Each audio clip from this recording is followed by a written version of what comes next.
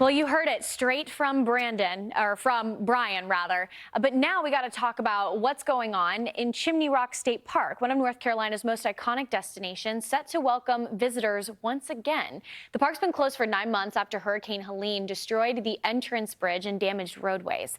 Now, a new temporary bridge is in place, and the gates are officially reopening on June 27th.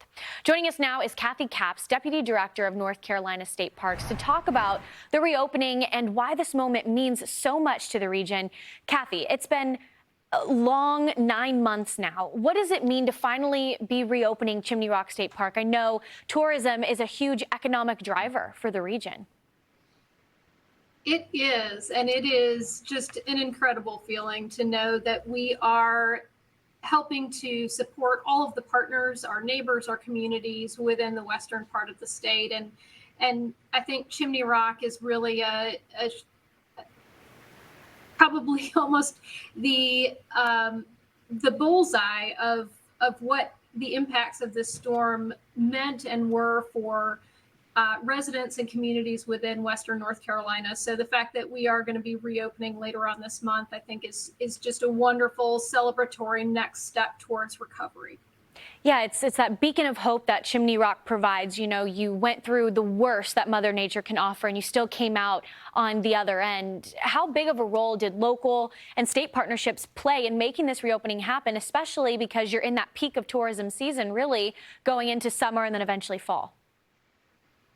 This was an amazing and tremendous lift for the state parks team, but also so many partners on the federal level, the state level, and also the local communities.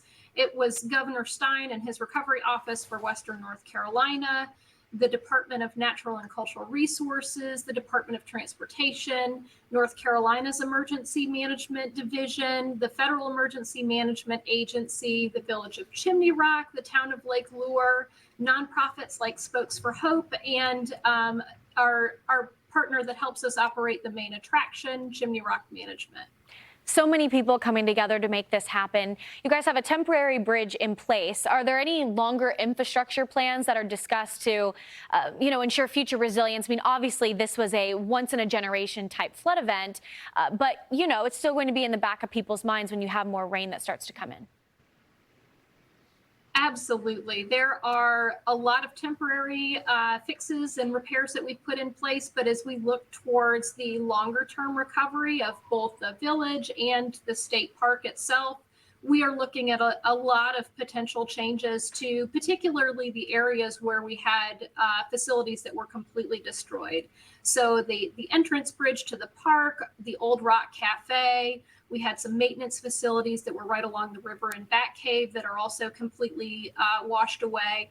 And so we'll be looking at how, when we get to replacing those permanent facilities, we can do that in a way that is as sustainable as we can, but also providing for an amazing visitor experience.